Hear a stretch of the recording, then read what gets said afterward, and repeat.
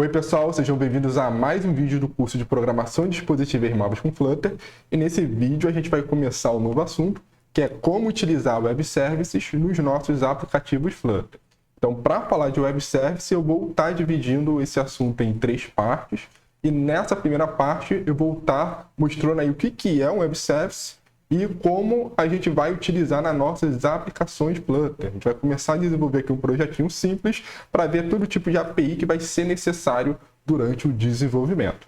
Então, não deixe de se inscrever no canal para você estar acompanhando as demais partes sobre o Web Service. Também para você acompanhar sempre aí as aulas que eu estou postando no canal sobre programação e ciência da computação de modo geral. Então, vamos começar a nossa aplicação.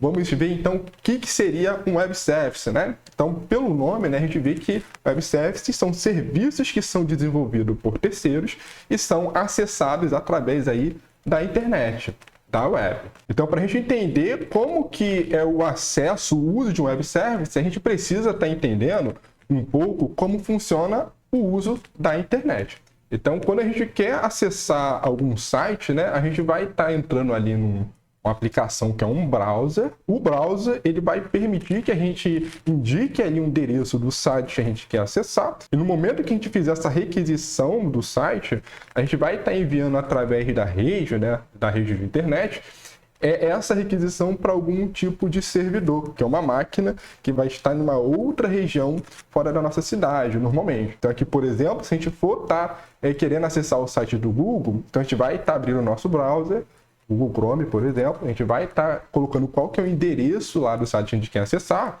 e aí a gente vai fazer essa requisição que vai enviar esse endereço através da internet, e essa requisição ela vai ser atendida por alguma outra máquina, algum outro computador, que a gente chama aí de um servidor. E aqui no caso vai ser algum servidor do Google. E aí, o servidor do Google ele vai receber essa nossa requisição, ele vai fazer o processamento necessário para construir a página que a gente solicitou e depois ele vai enviar então para a gente todos os arquivos necessários para a gente conseguir visualizar essa página do Google na nossa tela, né, na nossa máquina. Então, toda requisição ele vai ter uma resposta, tá? E aí, o que vai ser exibido para o cliente, né, para o usuário, a gente vai ter, então, a nossa página sendo visualizada. E aí, uma página web, ela é composta de quê? Toda página web, ela vai ser descrita por arquivos em HTML, tá? Que é uma linguagem de descrição de hipertexto, que é utilizado para renderizar essa página nos browsers.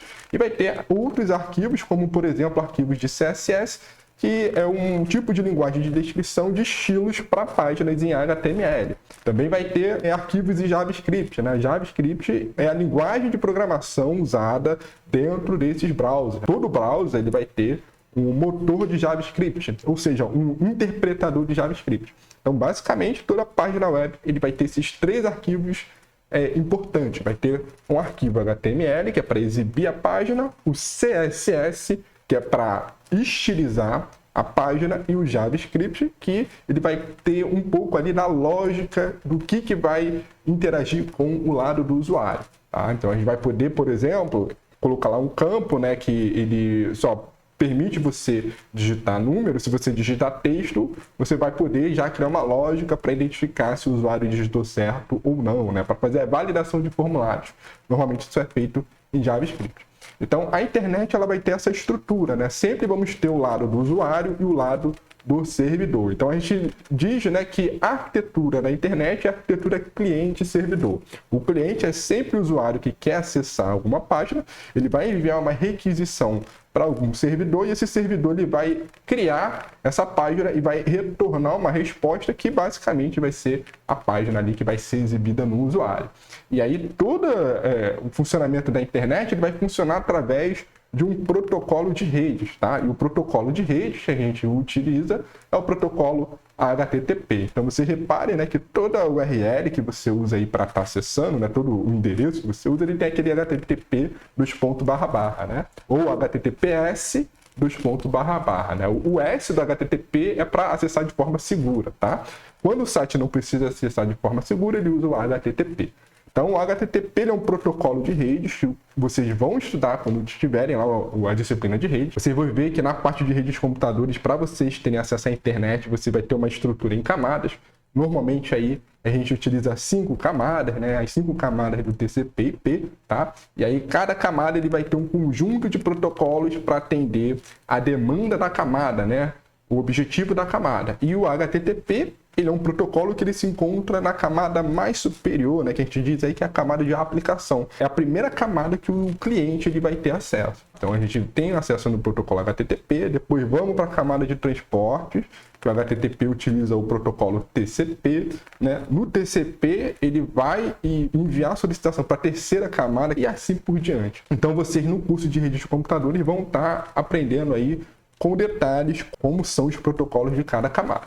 Então aqui, por que eu estou falando sobre HTTP? Né? Porque um web service ele vai ser um serviço que vai ser disponibilizado pela internet. E para a gente conseguir estar acessando esses serviços, a gente vai estar utilizando o protocolo HTTP. E aí todo tipo de protocolo ele vai ter um conjunto de informações que eles são enviados junto com a mensagem. Então a gente vai estar enviando mensagens de uma máquina para outra, né? Uma mensagem do cliente para o servidor. E aí nessa mensagem ele vai ter uma informação extra que é o cabeçalho. E esse cabeçalho ele vai ter todo tipo de configuração necessária para o protocolo funcionar corretamente. Então, uma dessas configurações que a gente vai ter vai ser qual tipo de operação você quer durante a sua requisição. E aqui eu separei, então, 4 tipos de operações, né? 4 tipos de requisições que a gente pode estar fazendo com o protocolo HTTP. Então, quando a gente quer estar lendo somente alguma informação lá do servidor, a gente vai estar fazendo uma requisição GET. Tá? Eu só quero acessar uma página ali, eu quero acessar o Google, então eu vou estar fazendo a requisição GET. Então a gente quer utilizar algum web service, algum serviço, eu vou estar fazendo uma requisição GET. Se eu quiser, então, escrever alguma coisa, criar algum dado, algum cadastro no servidor, o que eu vou fazer? Eu vou estar fazendo uma requisição POST. Então, sempre quando eu vou, por exemplo, criar uma conta numa rede social, a gente vai lá clicar na parte de criar novo cadastro e a gente vai ter lá que preencher os campos com nossos dados. E no momento que a gente for lá clicar no botão de cadastrar ou enviar, né? Nesse momento vai ser feita uma requisição do tipo POST, que vai enviar todas as nossas informações de modo seguro para o servidor e ele vai criar um cadastro lá, né? Normalmente ele vai criar registro nos bancos de dados dos servidores. A gente também pode fazer requisições PUT, que é quando a gente quer atualizar alguma informação já existente no servidor. Então, por exemplo, né, a gente pode ter uma conta lá do Facebook e aí eu quero atualizar meu endereço, né? Então, eu coloquei inicialmente lá um endereço X, me mudei e quero atualizar meu endereço. Então, quando eu quiser atualizar alguma coisa que já é existente no servidor, a gente vai fazer uma requisição PUT. E se eu quiser excluir algum tipo de cadastro, né, eu vou usar aí a operação de delete. Então, por exemplo, eu coloquei ali os tipos de emprego que eu tenho, então quero deletar um emprego porque eu não quero deixar mais disponível, posso usar o delete para isso, tá? Então, essas 4 operações elas vão ser importantes, porque a maioria hoje dos acessos a serviços web, eles vão utilizar um outro protocolo, que é o protocolo RESTful. Então a gente sempre fala, né, vamos criar uma aplicação REST. Então o que é um protocolo RESTful, aplicação REST? Por baixo dos panos, quando a gente usa o conceito de REST, ele vai estar utilizando o HTTP por baixo.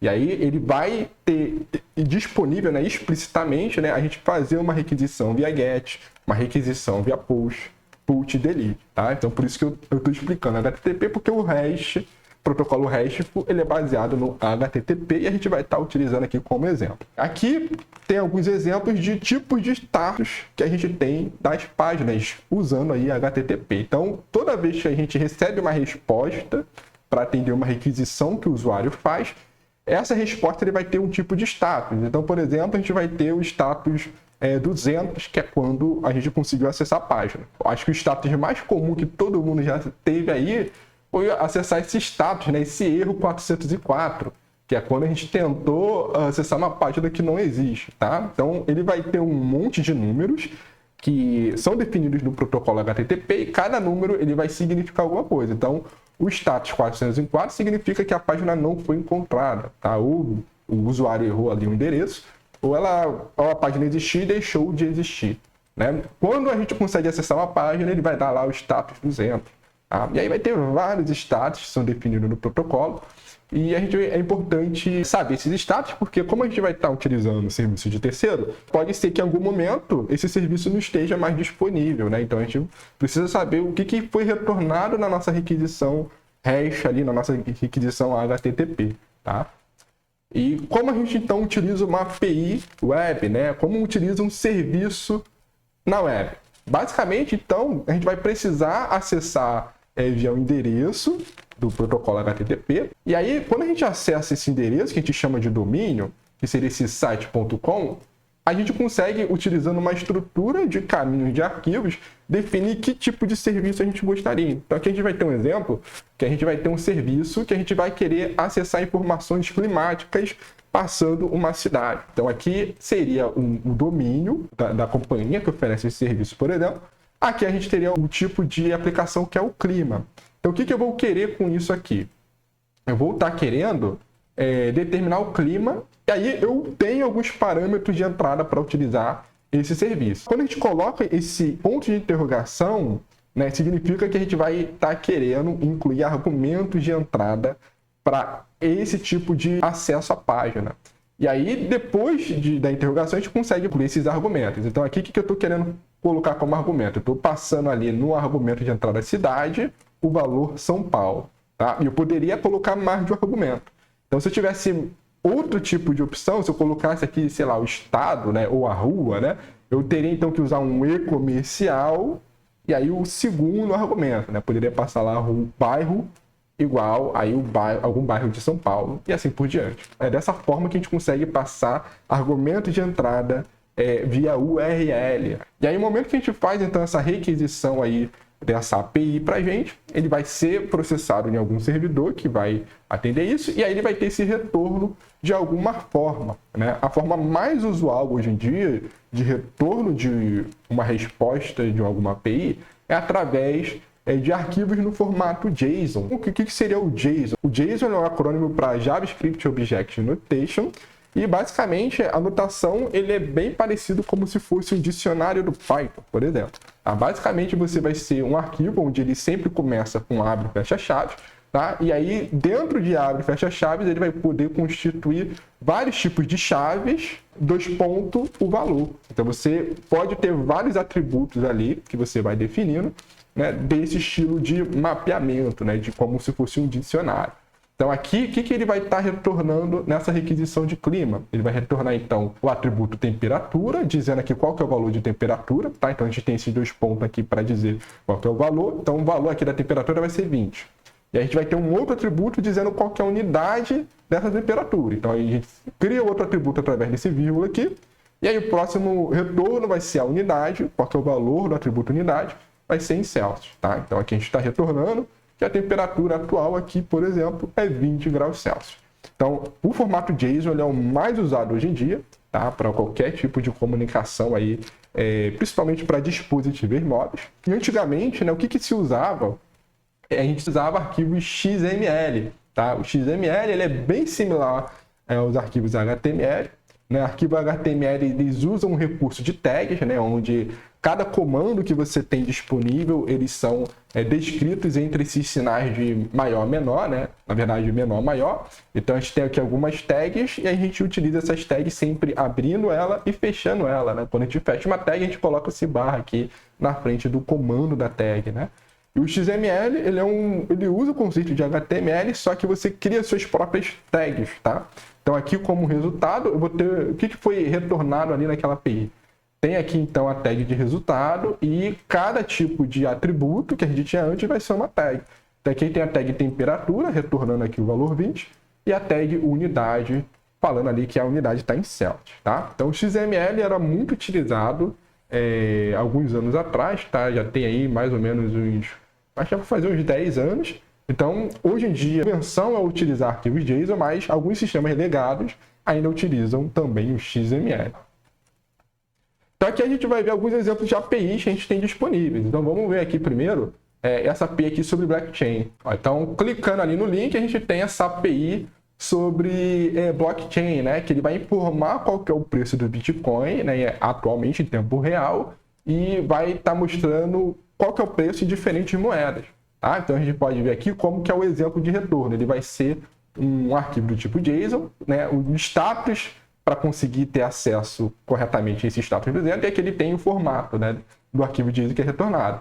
Então ele vai retornar o valor do Bitcoin aqui em diferentes moedas. Então aqui esse USD, né, ele fala aqui qual que é o preço de venda, né, o preço aqui de compra, né, atualmente agora está 57 mil dólares mais ou menos, e para vender também 57 mil. Se a gente descer aqui, ó, tem esse BRL, que seria os valores em reais, né? Atualmente para comprar está 308 mil reais e para vender também 308 mil reais, tá? O preço aí de uma unidade.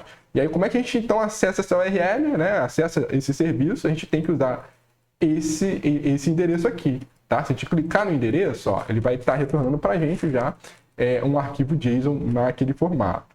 Todo o serviço que é disponível pela internet, ele vai estar indicando para a gente, né, qual que é o URL e como que são os parâmetros necessários para você estar acessando o serviço, tá? Então vamos estar vendo mais alguns outros exemplos. Ó, então aqui a gente teve o uso de blockchain, tá? Vamos ver aqui, ó, um outro exemplo que seria a API do Twitter. Então a gente pode estar configurando, né, de forma automática, criar algum script que ele vai estar criando os tweets lá, acessando a nossa conta do Twitter para a gente. E aí para isso, né, ele tem essa API que vai estar indicando aqui o que a gente tem disponível, tá? Então essa API do Twitter ele vai ter aqui, ó, vários tipos de serviços disponíveis. A gente pode interagir com nossos bookmarks, né, nossas mensagens. E aí que tipo de serviço ele vai fornecer para a gente? Ó, ele vai permitir você fazer deleção dos tweets, vai poder consultar, tá? Então a gente repara aqui, por que eu sei que é deleção? Porque ele está usando a operação delete do HTTP. O get aqui eu vou estar consultando. O post é se eu quiser criar novas mensagens, novos tweets, né? Então consigo ter aqui, ó, um serviço só para bookmarks, aí teria que usar esse link, né? A parte de likes, né? Eu consigo deletar ali o like, tá? Tem aqui esses dois tipos de URL que ele demonstra pra gente. Consigo acessar e consigo dar like. Tá? Isso aí de forma programática. Tá? Então, para usar a API aqui do Twitter, por exemplo, ele é um pouco mais complexo porque você tem que se cadastrar, né? Não é só entrar no link, tem que criar um cadastro.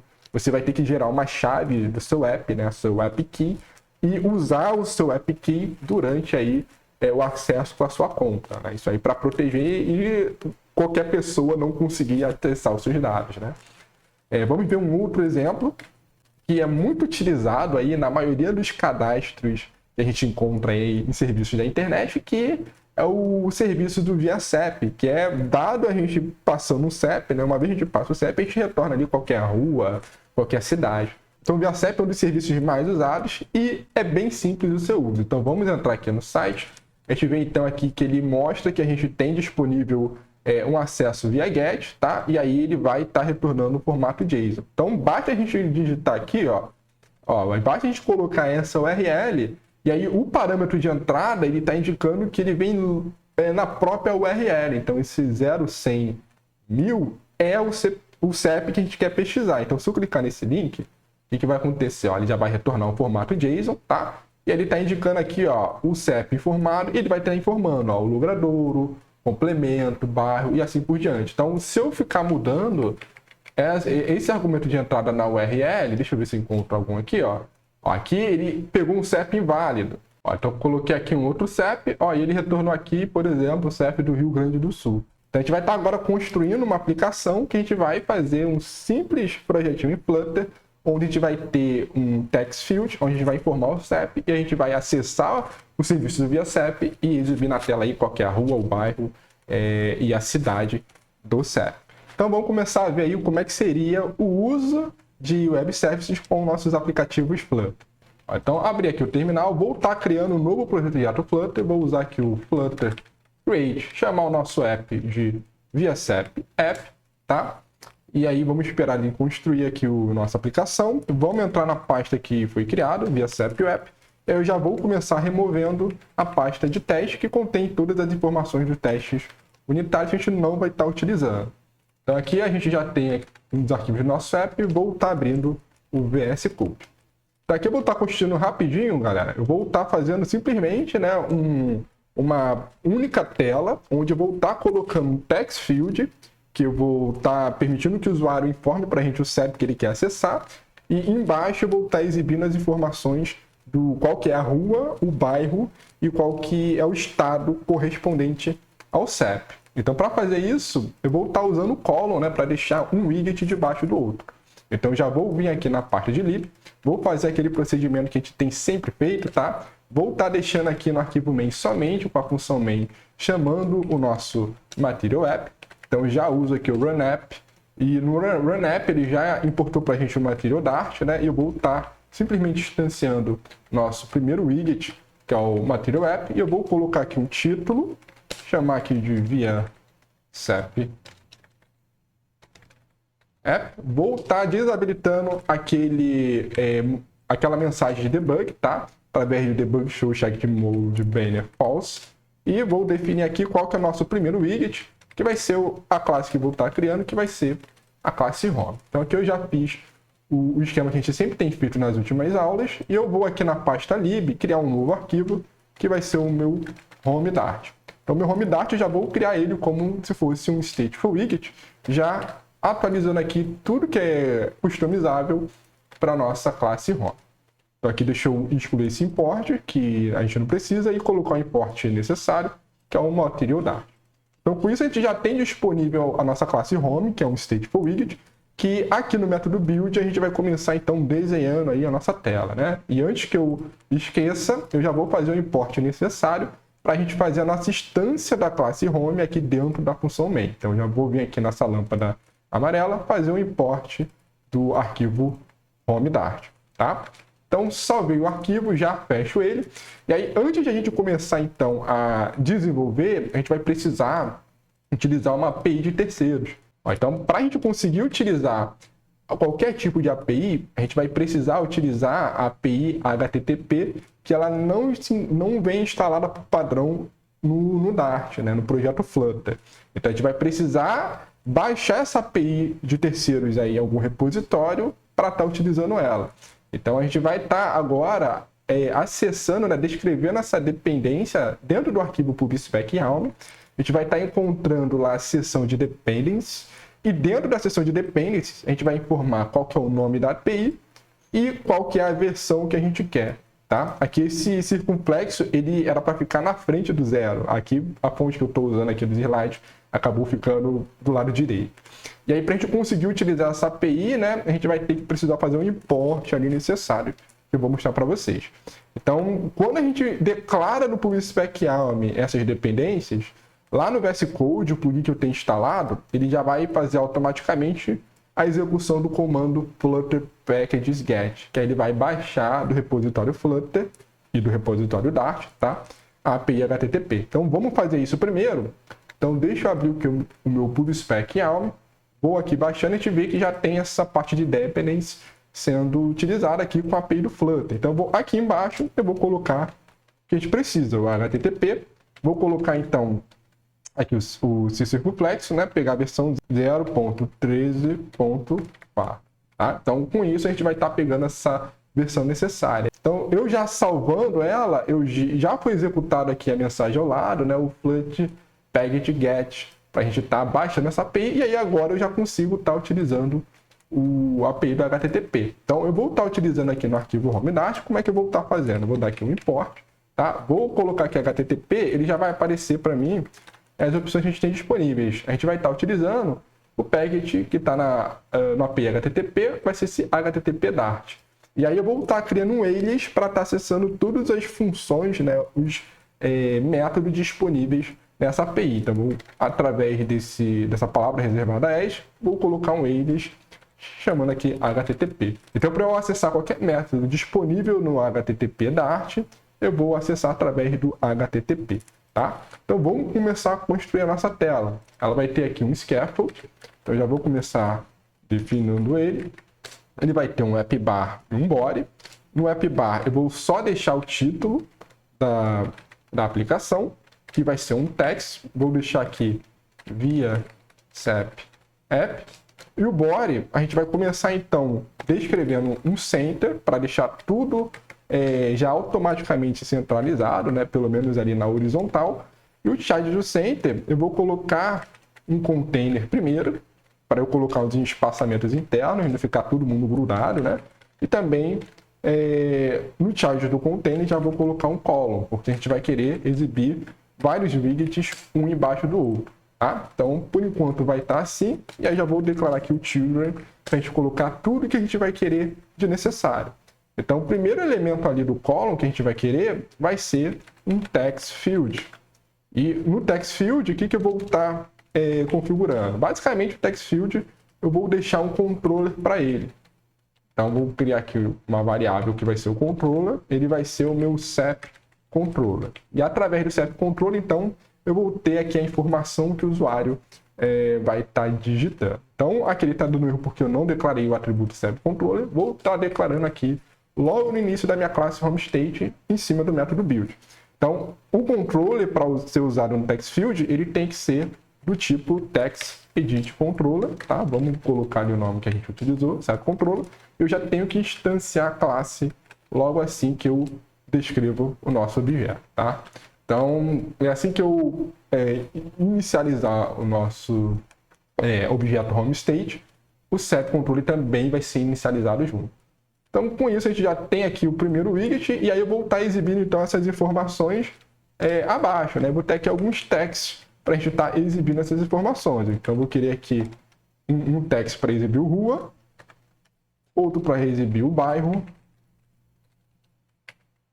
e mais um para exibir qual que é o estado, né? O F, tá? Então, por enquanto, ele vai ficar vazio, né, esses campos, porque eu ainda não tenho os atributos para estar consumindo o que foi retornado pela API. Então, basicamente, essa vai ser a nossa tela simples. E aí, para fazer os alinhamentos de automático, eu vou colocar aqui o main axis alignment dentro do widget de column. Vou deixar aqui a opção spaceAmpli ativa. E aqui no container eu vou colocar um margin, tá? Na verdade, eu vou colocar um padding. Eu quero espaçamento interno. E aí vou instanciar aqui o Edge Insets, que ele vai ter várias opções. Eu vou usar aqui o método wall dele, para ele configurar o espaçamento em todos os 4 cantos da tela, né? Em cima, embaixo, direita e esquerda. Vou colocar aqui 20 pixels de espaçamento. Então, por enquanto, a gente já tem isso. E aí, né, o que ficou faltando para mim é colocar um botão, né? Vou colocar aqui no text field, abaixo do text field, ele vai ter um elevated button para a gente poder ativar o evento aí de consumir API, né? Então, aqui o elevated button, ele vai ter um child, vai ser um texto dizendo aqui consultar, tá? E a gente vai ter o atributo onPressed. Aqui eu vou passar um método para fazer a chamada da requisição. Esse método vai ser um getSep. Então aqui eu já sei então que eu vou estar chamando uma função e qual que é a requisição dela, que a gente vai usar no HTTP, vai ser a requisição get.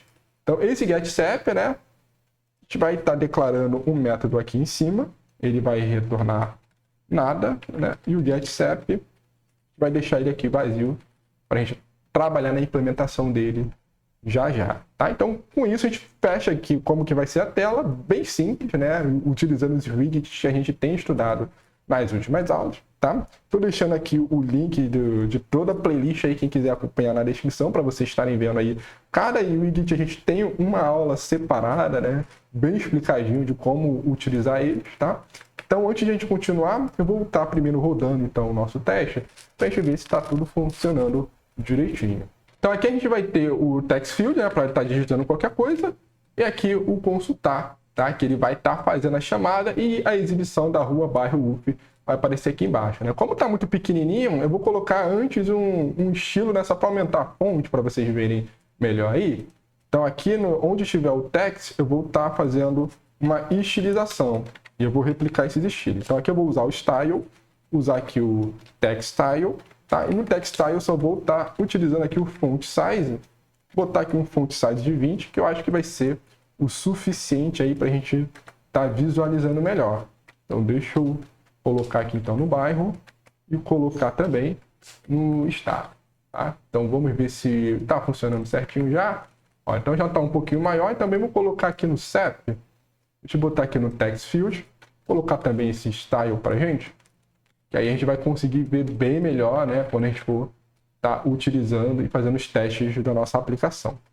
Então agora a gente vai estar focando somente como a gente vai estar utilizando, né, o método get aí para acessar o serviço do ViaSep.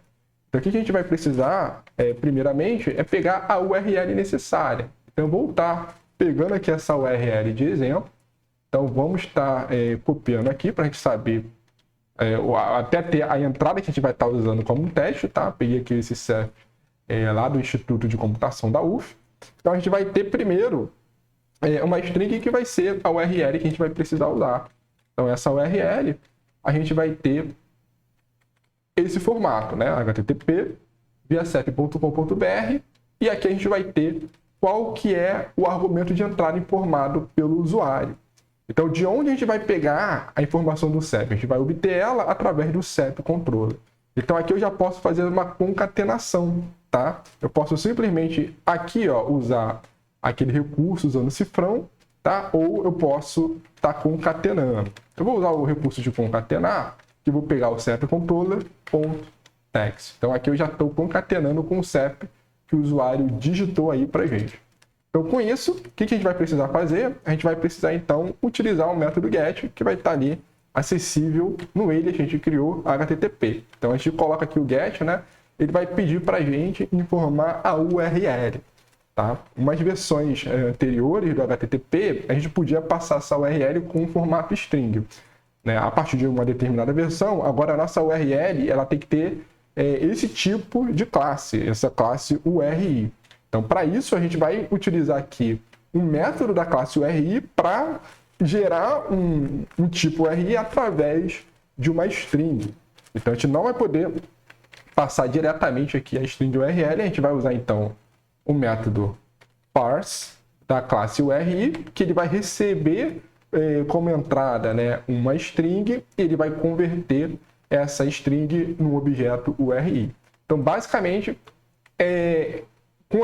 dessa forma que a gente vai fazer a nossa requisição via GET.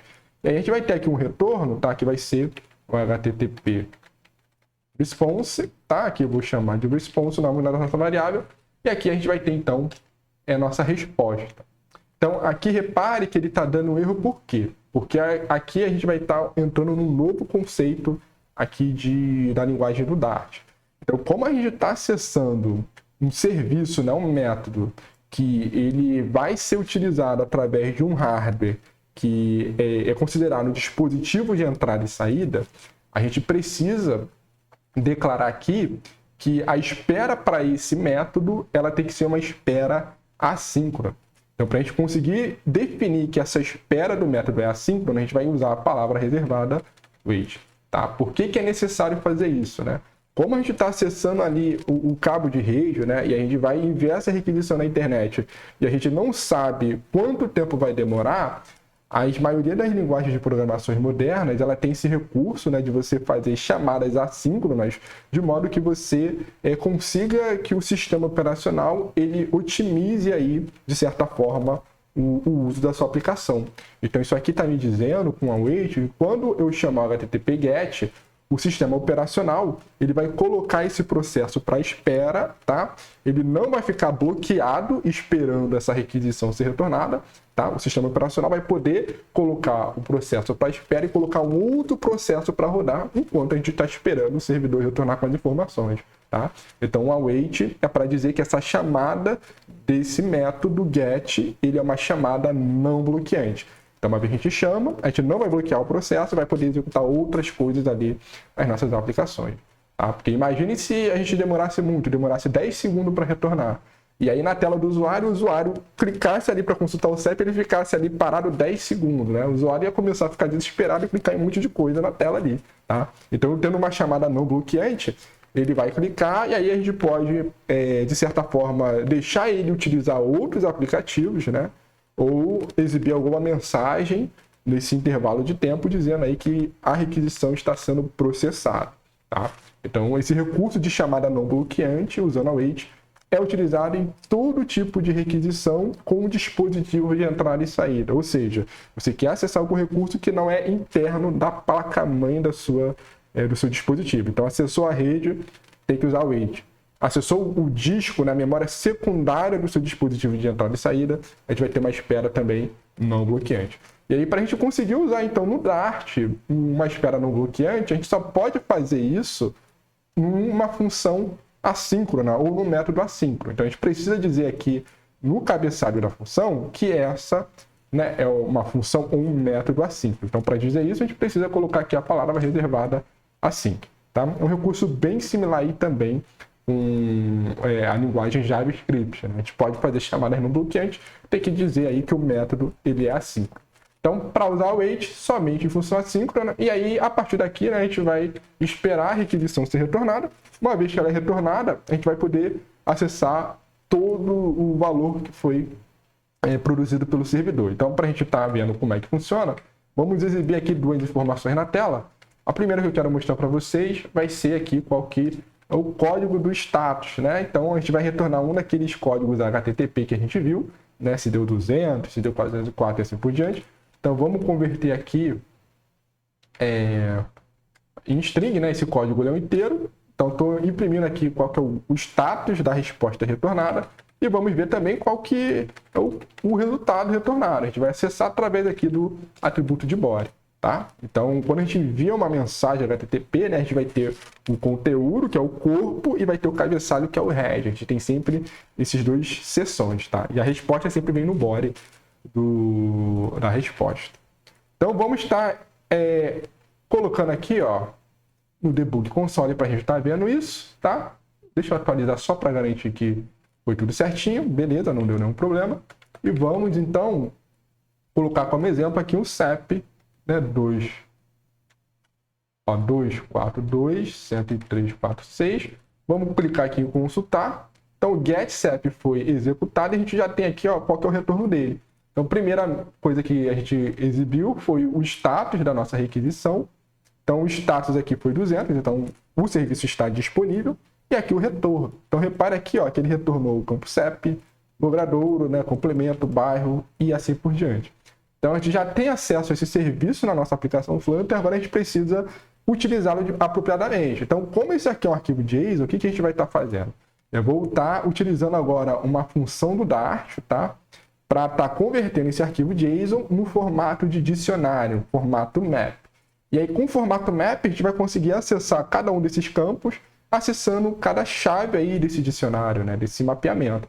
Então, o que a gente vai precisar no nosso exemplo é acessar aqui o logradouro, para mostrar lá na parte de rua, né, o bairro e o URF, tá? Então, para a gente conseguir fazer essa conversão, a gente vai estar importando aqui uma nova API do Dart, que vai ser a API Convert. Então, a gente coloca aqui Dart Convert, e já vai ter vários métodos disponíveis para a gente converter de um arquivo para outro. Vamos estar criando, então, um map, tá? Onde esse map, a chave dele vai ser uma string, o corpo a gente vai colocar como dynamic, porque pode ser qualquer tipo, pode ser um inteiro, pode ser uma string, pode ser um outro map, tá? Então isso aqui vai ser o nosso data retornado, vai ser o nosso CEP data, e aí eu vou estar usando o método JSON decode. Então, JSON decode, eu passo aqui uma string no formato JSON para ele converter para a gente, né? Criar um objeto map. E aí onde vai estar esse JSON decode? Vai estar no response body, tá? Então, com isso, aqui ele está dando problema porque o CJ é minúsculo. Então, o JSON decode ou o JSON.decode, ele vai funcionar aí para usar, né? Na verdade, o JSON.decode, né, seria minúsculo, ou JSON decode, os dois aí estão disponíveis, vão funcionar, tá? Aqui está dando erro porque eu esqueci o S do response. E aí agora eu posso estar obtendo todos esses valores retornados do JSON como se fosse o dicionário. Então, a parte de rua aqui que eu vou exibir, né? Ele vai ser o meu CEP data logradouro, tá? Então, deixa eu exibir aqui para vocês estarem vendo. Ó, então, aqui na tela, o que eu vou querer? Vou mostrar para vocês, então, rua, que eu vou acessar através do atributo logradouro, tá? Então, deixa eu fechar o print só para vocês estarem vendo. Aqui eu vou querer exibir mais o quê? Vamos botar aqui o bairro. O bairro ele vai estar também aqui nesse CEP data. Copiar e colar aqui do lado. Vai estar na chave bairro. E eu vou ter o UF, que ele vai estar com a chave UF, tá? Então vamos aqui renderizar para ver novamente. Ó, a gente então indo aqui novamente. Deixa eu fazer a consulta daquele CEP, né? O 24.210.346. Então consultou. A gente então fez a leitura novamente, né? Deu 200 e aqui a gente tem exatamente os campos que a gente precisa. Então agora, para a gente finalizar nossa aplicação, é só colocar ele apropriadamente nos seus devidos lugares. Então, como a gente pode fazer isso? Tem várias formas, né? Eu poderia deixar esse appdata ele como uma variável global, né? Como um atributo aqui da nossa classe. Mas eu vou fazer o quê? Eu vou criar 3 atributos que vão ser string que eu vou estar definindo, né? Vai ser a nossa rua, botar o bairro e colocar o app, tá? E aqui ele pede que a gente inicialize esses atributos. Vou inicializar eles vazios. Então, uma vez que eu inicializei esse, agora é só a gente atribuir o retorno do appdata. Então, o rua vai receber o quê? Vai receber a chave logradouro, né? O resultado da chave logradouro do appdata. A gente vai fazer, então, aqui novas cópias. Nosso atributo bairro vai receber a chave do bairro. E o nosso atributo UF vai receber a chave UF do appdata. E agora a gente precisa só ajustar ali embaixo, né, no nosso column, né, concatenando com os tags correspondentes. Então aqui na parte de rua, ele vai receber rua, concatenando aqui com o atributo rua, tá? O bairro, ele vai concatenar com o atributo bairro e o UF vai concatenar com o atributo UF. Então com isso, a gente finaliza então, a nossa aplicação e só ficou faltando uma parte importante, né, que a gente precisa então redesenhar a nossa tela. Então lembra que o Stateful Widget, a gente precisa atualizar o status dela. E como é que a gente vai atualizar o status? Né? A gente vai estar colocando aqui no final, chamando o método setState. Então, com isso, depois que a gente atualiza os atributos necessários, usa o setState para redesenhar a nossa tela e exibir as informações retornadas pela API do ViaSAP. Então, vamos estar fazendo esse teste final. Então, a gente vai colocar aqui o CEP 24.210.346. Vamos consultar ele. E aí a gente vai estar exibindo então aqui na tela todas essas informações, né? A rua, bairro e UF. Então com isso a gente tem aí nossa primeira aplicação usando o Web Service, tá? A gente vai continuar nas próximas partes, tá desenvolvendo alguns recursos mais apropriados aí quando a gente fala de Web Service. Então pessoal, com isso a gente fecha aí nossa primeira aplicação usando aí a API do ViaSAP. Nos próximos vídeos a gente vai ver como a gente vai utilizar as outras operações do protocolo HTTP, né? Como utilizar o push, put e o delete, né? E também vamos explorar um recurso mais apropriado quando a gente fala aí de funções async. Então deixa aqui no comentário se você teve algum problema para desenvolver alguma parte da aplicação que eu mostrei para você nesse vídeo, para a gente tentar se ajudar e te ajudar aí. E também não deixe de se inscrever no canal para você estar conferindo os próximos vídeos que a gente vai estar falando aí sobre o uso de web services com Flutter e também acompanhar os vídeos que vou estar trazendo sobre a área de ciência de computação, né, e também sobre programação. Então, pessoal, vou ficando por aqui. A gente se vê na próxima aula com mais um vídeo aí de Flutter. Então, até lá, pessoal. Tchau, tchau. Um grande abraço aí.